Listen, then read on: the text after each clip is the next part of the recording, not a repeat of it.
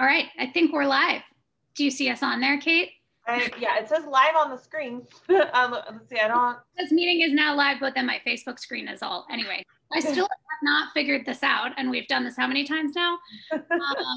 But you know what's really exciting is that the last several times we've done this, we've had smiles. It's true. It's true.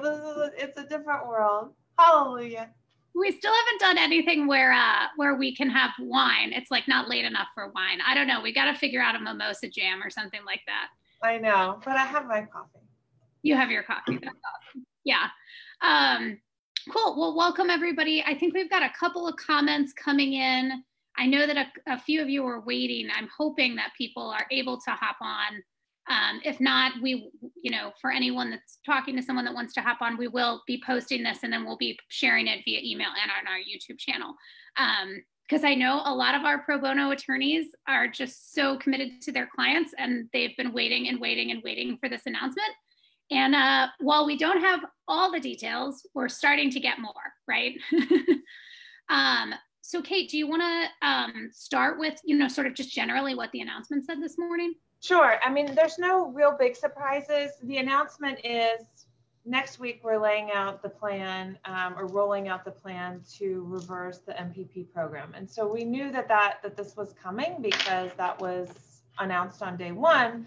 But there was evidently a conference call with sort of anonymous leaders within the agency telling news outlets that what's coming is that next Friday, the 19th of February, the actual specifics of the plan will be rolled out, and it's going to look something like all the people in MPP are going to have the ability to register with some sort of virtual system that's going to be manned by NGOs or nonprofits, and they're going to be able to call in or go online and register, and that will be sort of the way that people in MPP get ranked for processing in, and it's going to, I think, primarily go by the date that they were placed in MPP.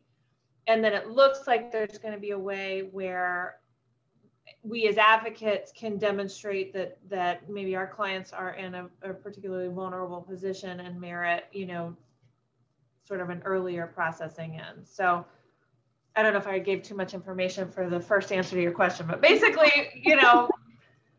more details about the rollout, and it's going to be starting in a week. Yeah, and so for those of you who have clients that have been asking, and hearing rumors, because there's a lot of misinformation that gets spread, in some communities, it's just important to explain that people will start getting paroled in, or processed in. We actually don't know if it's technically going to be processed in on next Friday, the 19th. But that supposedly, if it starts next Friday, we should be getting instructions on the online registration process in the coming week.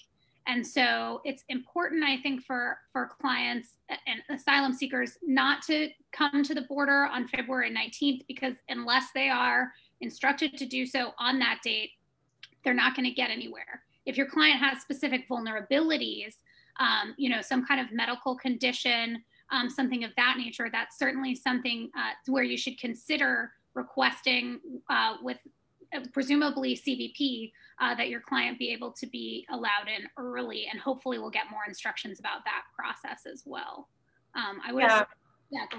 Well, and they've stated very clearly all along in the initial announcement and in the announcement today that people in MPP need to not come to the border because Title 42 under the Health and Human HHS Health and Human Services Code is still in place. So asylum seekers are not going to be processed in. Anyone who makes the trek to the bridge right now is going to be turned away.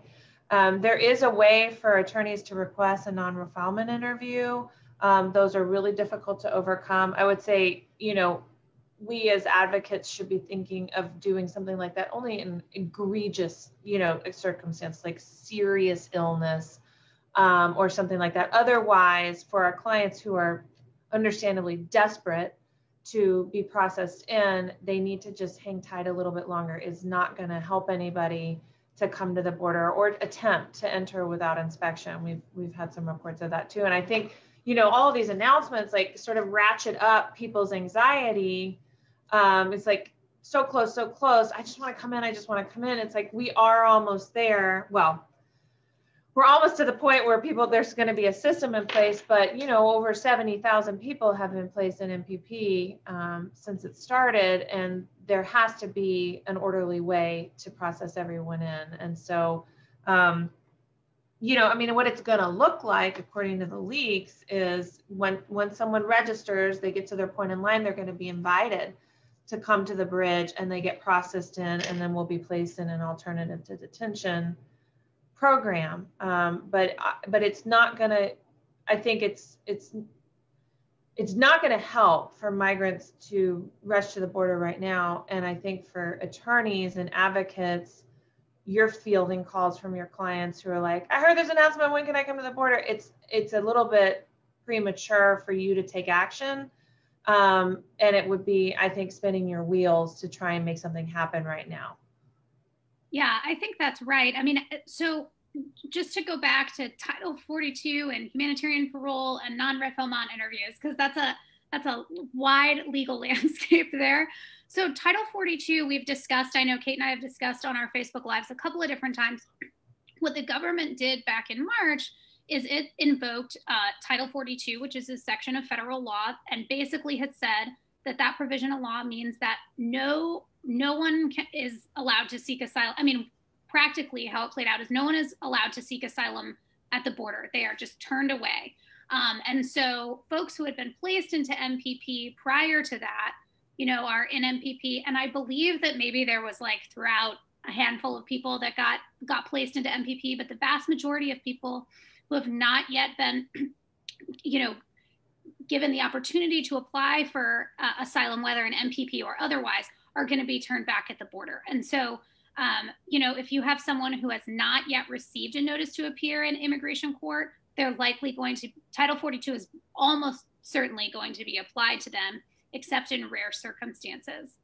And then with humanitarian parole, that's a request at the border that you make to Customs and Border Protection that is basically, you have to give a very compelling reason as to why you should enter the United States. And it can be separate and apart from an asylum application, and is separate and apart from MPP. And then a non-refoulement interview is basically saying that you can't wait in Mexico because you fear have a well-founded fear of persecution in Mexico. And so there's all of these different moving parts. But as Kate mentioned with NRIs, non-refoulement interviews, I mean, I've heard that there's been a slight-ish uptick in grants, but the chances of getting an NRI, of passing an NRI interview are very, very slim. Yeah, that's why I say consider it only in egregious circumstances. And I would say not even where your client has been kidnapped in Mexico. Is that like an indication that you should request an NRI? Because those cases even tend to get denied. Now, you know, I mean, if it was a typical kidnapping and release on ransom and no serious injuries and no ongoing threat is what I'm talking about. I could think of other situations where people who were kidnapped and they remain under threat, or they were harmed, you know, and they need medical treatment. That would be different. But I think, you know, our audience for this video is attorneys, some of them new to immigration, who maybe only have one or two clients right now in MPP, and you are invested deeply with your client emotionally, and I'm sure that they are calling you and asking you to do everything, and you feel like that's what you want to do. You want to do everything you possibly can. And so hopefully this gives you a little bit of like, as a you know, new immigration practitioner, it could give you a little bit of comfort to hear us say, hang tight, tell your clients to hang tight. There's nothing that you need to be doing right now to get your client, you know, on the list or in as quickly as possible. Like it's not available yet. And the best thing your clients can do is be patient, stay safe, do what they need to do to stay safe. And we'll know a whole lot more 1 week from today. And that's when our work will begin, because, you know, our clients are going to need help registering with the system. And so we can start to do that work for them next week. For sure. And I'm hoping that we'll have at least a couple of days lead time from the 19th to get people registered. And obviously, I mean, not everybody's going to get it, be able to enter on the 19th. My understanding is that they have said that they can process around 300 people a day. I don't know if that's limited to one port of entry or includes multiple, but there's 25,000 people with roughly 25,000 people with active cases in MPP. So if you think about 300 versus 25,000, it's going to be, I mean, not a horribly slow process, but it's going to be slow. It's like 3 or 4 days for every 1,000 people. Well, and I think, a couple points to that is I don't think we should feel this incredible pressure to register on the 19th, because they're going to be prioritizing in order of the date that our clients were placed in MPP. So if you end up registering on the 20th, but your clients have been in MPP the longest, they're still going to be, at the front of the line. And I had another point, but.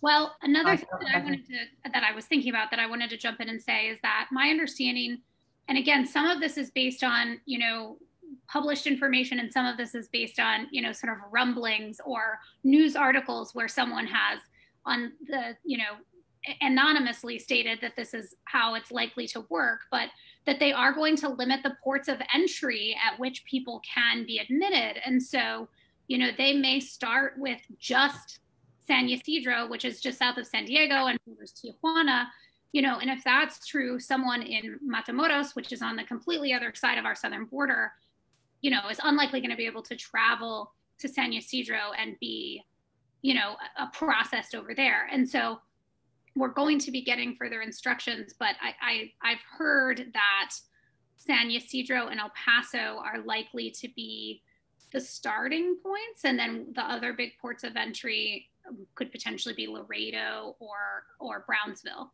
And that's those are the big ones, I think, across the southern border. I remember what I was going to say is we don't know yet whether this is going to apply to people who have appeals pending with the Board of Immigration Appeals. Probably so, though. And then there doesn't appear to be any discussion about people with removal orders in MPP who did not appeal. So I think what that tells us as advocates is that if you are representing someone who has time to appeal still, they should definitely do so, even if it seems like a really uphill battle, because that would hopefully get them in this bucket of people who could still be processed in. And hopefully we'll see some sort of accommodation for people who were ordered removed under MPP. I think there's thousands of people who were placed in MPP and couldn't get to their hearing because they were in hiding in Mexico, or didn't have shelter, didn't have a way to get to the border. So, but for right now, this seems to only be applying to people in active proceedings or with appeals pending before the Board of Immigration Appeals. Right. And so I think, one of the things that VECINA has worked on and is currently working on is a project for motions to reopen in immigration court. So for MPP folks, so if someone was not, as Kate mentions, as you mentioned, was not able to make their hearing because they were kidnapped, or because they were extorted by the gang, or because CBP turned them away because they showed up at 4:35 a.m. instead of 4:30 a.m., whatever it may be, filing to reopen their cases so that they then will have an active case and could request entry. And of course, ultimately, make their request for asylum, which is the ultimate goal. And that's, I don't know if you want to talk about that project, Lindsay, because it just strikes me as a good project for someone who's like, I don't have capacity to take on a full, asylum case right now, but I'm a good writer and I'm working from home, and I want to just have a finite project that can impact someone's life. It seems like filing a motion to reopen, to get someone eligible to be processed in would be a pretty good project for somebody like that. Yes. So we do have a free online course that has templates.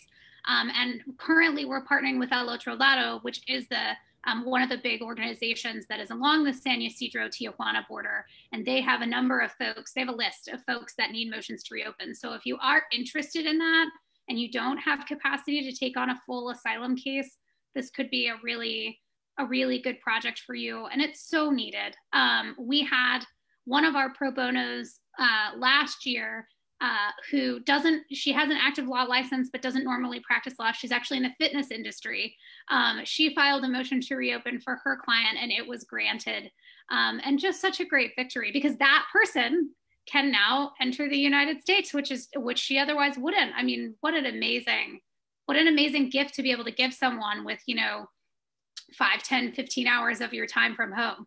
Right, exactly. It's not a huge time investment. Yeah, for sure. It changes the trajectory of someone's life. So yeah, it's amazing. Good point, Kate. Good point. Okay, so so the Tijuana, Juarez, which borders with El Paso, and Brownsville, those are all per leak. So the media has been reporting on information that has been provided anonymously.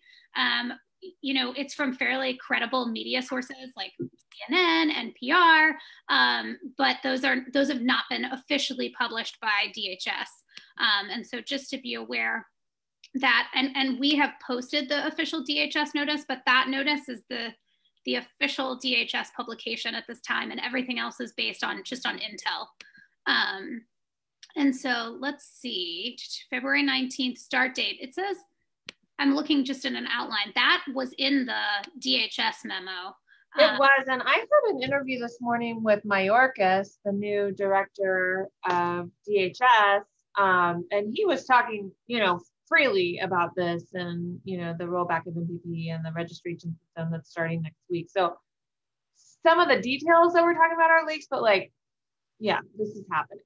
Yeah, it's definitely happening. Yeah, the minute details are not in the official DHS memo. I just think it's important to be clear on that, because when you're setting expectations with the clients, for example, if you say, well, this is going to happen in Juarez, El Paso, and then they start with just, San Ysidro and Tijuana, like that can be really hard, and it can make the client upset and obviously very anxious. And so just sort of being really clear about expectations with the clients, that we know this is going to happen. It's going to start next Friday. We're going to get more information, and I will be in touch with you about how to register, and we'll work together to make sure you get processed, as quickly as possible. Something that might be useful to think about, Lindsay, is for the people who are representing folks in MPP who are vulnerable. What are some of the things that they can be doing right now to prepare to advocate on their clients' behalf, along those lines? And what does it mean to be vulnerable? Of course, we don't know, they're probably going to give us guidance on that. But, like if you were to guess, Lindsay, what do you think it would be, and what would you recommend? Yeah, so I think that the request for vulnerable persons will be similar to a humanitarian parole request, which I know, not very many people have done humanitarian parole requests, especially in the last 4 years when the chance of them being granted are very slim.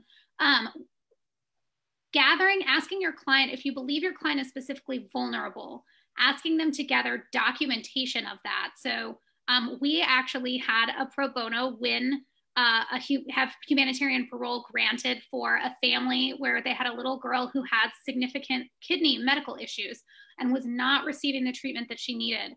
And there have been hardly any humanitarian paroles, I think, that have been granted along the southern border, but theirs was. And I really think it's because the pro bonos did a great job of getting supporting documentation. And so, I know, that might have saved. And again, with not that many hours of time. So can you do a shout out for which pro bono it was, or do we have to keep that private? It was Angelica Montikas and Amani Franklin. It was a team. And Virginia Raymond, who I think is watching, was their mentor and helped them along the way, along with some great docs, some great templates from El Otro Lado. So it was a huge team effort. And I think family services met them at the border. It was this wild team effort, but man, yeah, saved a life, I think. I mean, you think about, I cannot imagine, I'm a mom, and if I were stuck in another country just trying to get somewhere to safety and my daughter was sick, with a serious illness and needed medical care, and I had this team of angels who made it happen for me to be able to get in with my daughter. Can you imagine just the desperation that you feel and then the gratitude on the other end? It's just really incredible. Yeah. And so, I think, obviously medical documents are things that we could gather, and just in terms of like advocating for our clients and thinking about who is vulnerable, I personally think, obviously, if you've got little kids, you know, you can start gathering just the evidence of like their birth certificates, but even particularly people who are like living in the tent camps, you know, like what could we gather about that? Like photos of their tent and maybe even a little affidavit from them about what their life is like, a description of if they were kidnapped, you know, what happened? Did they file a police report in Mexico? If so, get a copy of that police report. What else? I'm just, yeah, statements from other people, obviously.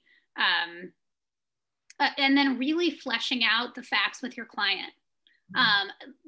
So you want to flesh out the facts at this point, but you also, again, have to be careful to set expectations, because you don't want to spend 2 hours talking to your client and then have, you know, something get published next week and then realize that they're definitively not eligible. And so as you're making those determinations, you know, especially when you're considering the possibility of, you know, re-traumatizing someone as they're discussing potentially something horrific that's happened to them, just be careful again about setting expectations. And I hate to keep harping on that. And actually, Kate, as we were talking earlier, I was thinking this is like such great news, but then we're like, wah, wah, wah. I'm like, that's so 2017 of us. Yeah, PTSD.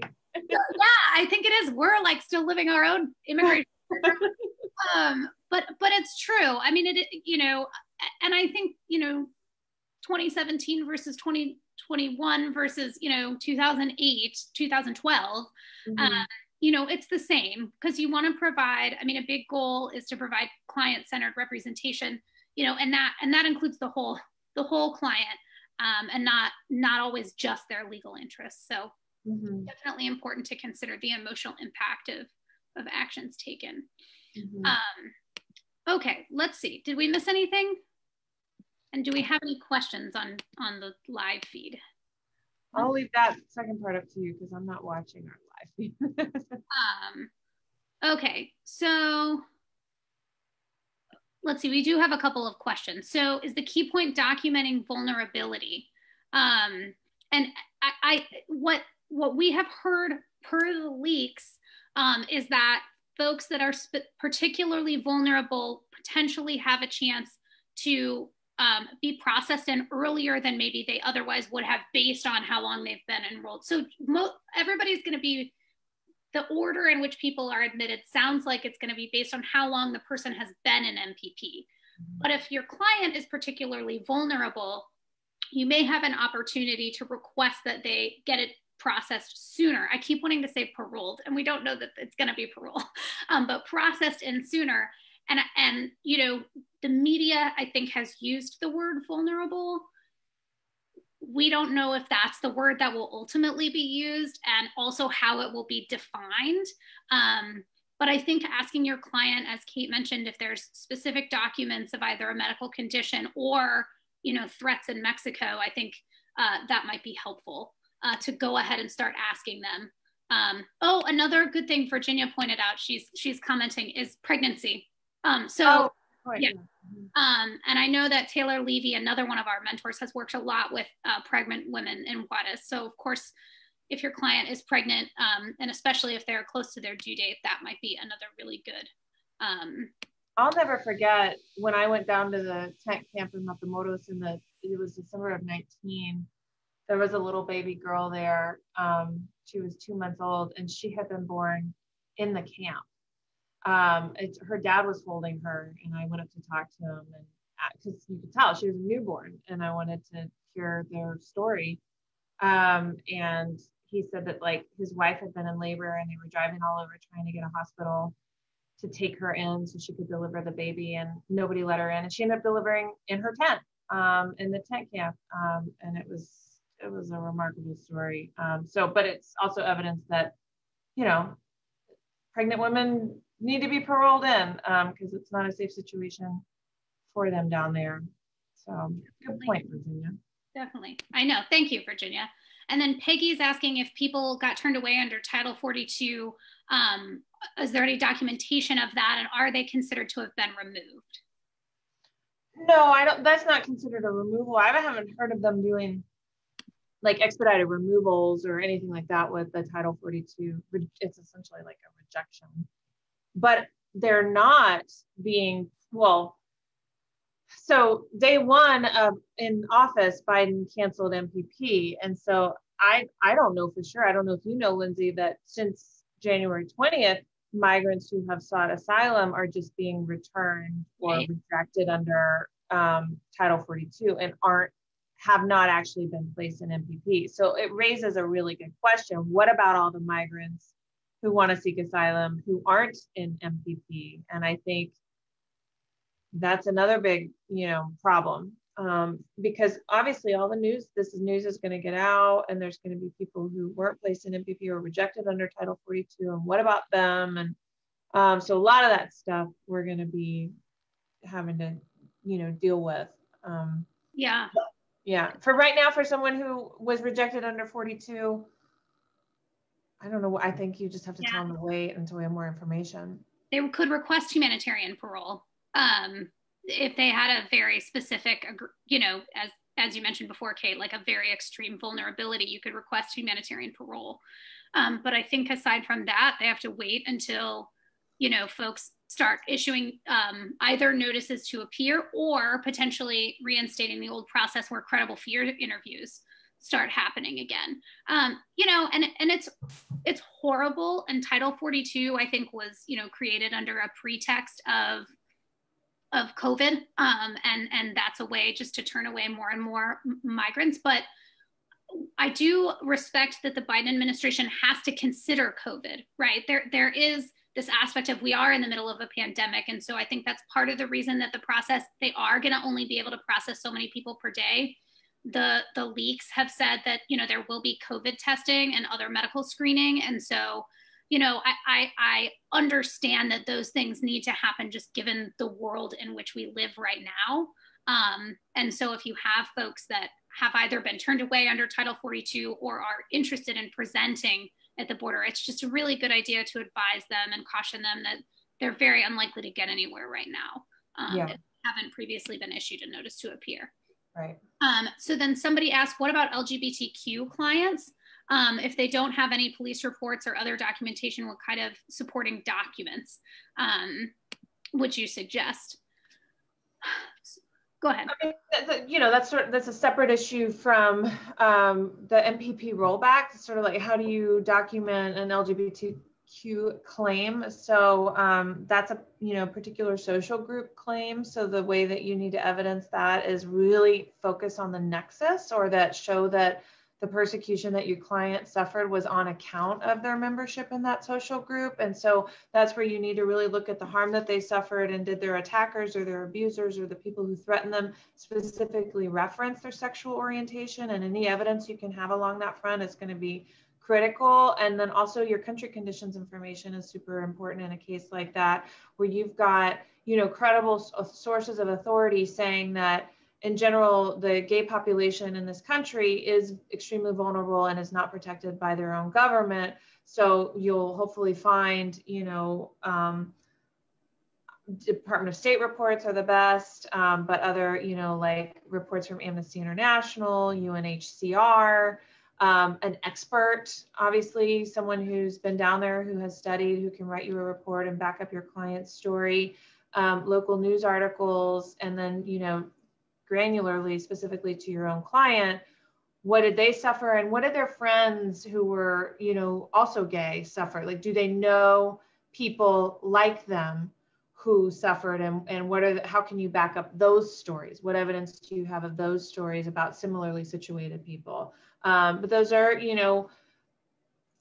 those are cases that I think were winnable pre-Trump. They're harder with all of the changes that the Trump administration put into place. Luckily, some of that stuff has been enjoined, but in a case like that, I think time is useful. So a lot of times these clients, particularly MPP clients, are like, they want this thing moving on. They want resolution. And I'm having to advise a lot of people in my practice, it is not in your best interest to rush this case or to even try to expedite this case. We need a little more time to climb back out of the hole that Trump dug, and to get some more favorable, regulations and policies and court decisions specific to particular social group asylum claims. And let's just not rush your case.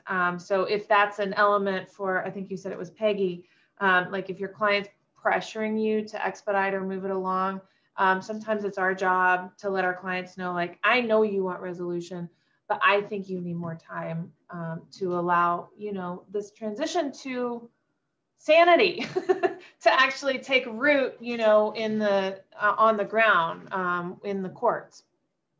Yeah, definitely. And I think that in terms of documentation, Kate, that you were speaking to, and it was a question by Andrea, and I don't know, if the question was specific to documenting for the asylum claim or documenting for specific vulnerability. But I think documentation is going to be the same, except for if you're documenting specific vulnerability, you of course would document any incidents in Mexico, right, to the person's country of origin. But I think, and again, we have very little information on exactly what's going to qualify, but I think that, those are the types of things. I've collected like medical records, even if a police report wasn't filed, and then affidavits from people that were close to the person about incidents that happened. Then, of course, an affidavit of the person themselves, unless they're going to end up having, like a non-refoulement interview. And then, I might do a shorter declaration and then let them really flesh it out in the interview. Yeah. So let's see. And then Virginia just wanted to mention, Virginia's like helping us along. Virginia, you should have been on this. I know, Virginia, we need you here next time. That would be fun. So Virginia is one of our awesome mentors, and mentors a number of people through VECINA. So she just wanted to mention that COVID was also mentioned in the DHS announcement, that they will be processing, in accordance with health requirements. And that Title 42, and I was thinking this too, Kate, as you were talking and forgot to follow up, Title 42 is considered what's called an expulsion as a deportation. And so there's no order issued. Mm-hmm. The whole basis of Title 42 is that there's like a health crisis, mm-hmm. not that the person is not eligible for relief from removal or that they don't qualify for asylum. Mm-hmm. So another thing I wanted to mention, Kate, or at least bring back up, because you mentioned it very briefly right at the beginning, is that per the media leaks, there is going to be alternatives to detention. Oh, yeah. And part of Biden's 100 days, like that he published when he was running for office, was that he wanted to drastically diminish the amount of folks in detention. And so we're very hopeful, again, this wasn't in the official thing, but has been, reported by media sources that that it's not like everybody's just going to come in and get detained, that's going to be reserved for folks with significant criminal history, at least based on what we're reading.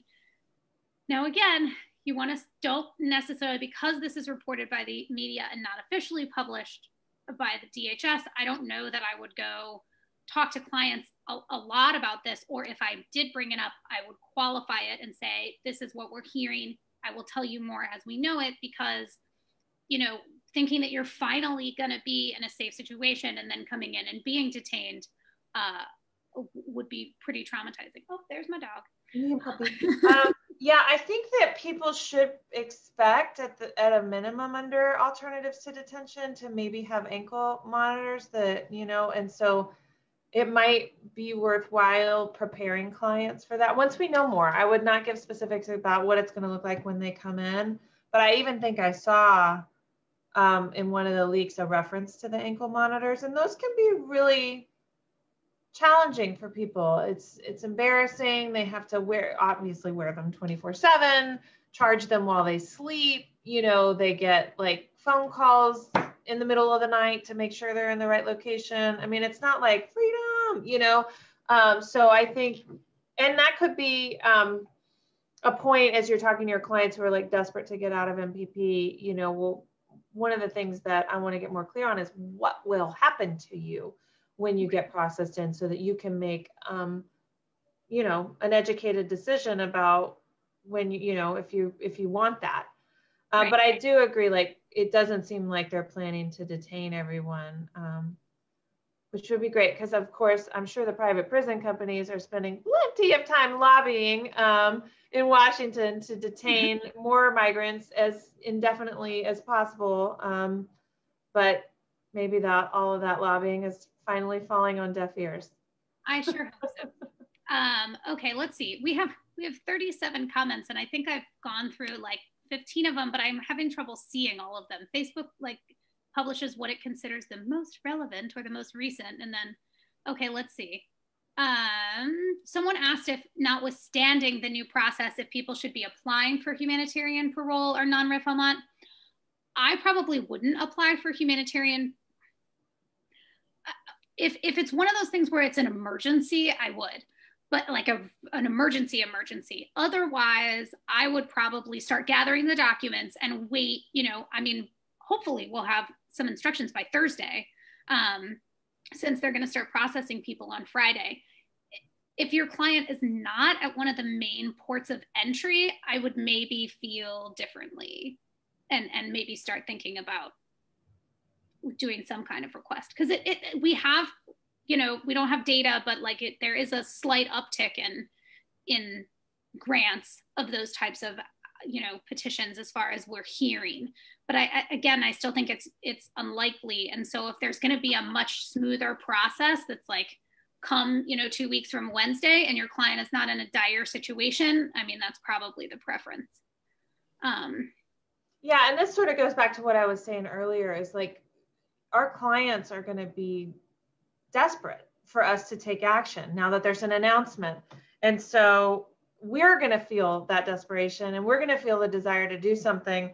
So if you have to do something, start collecting evidence of vulnerability. But I agree with Lindsay that, I wouldn't work on a humanitarian parole or an NRI interview request if there weren't egregious, medical issues or real danger for my clients.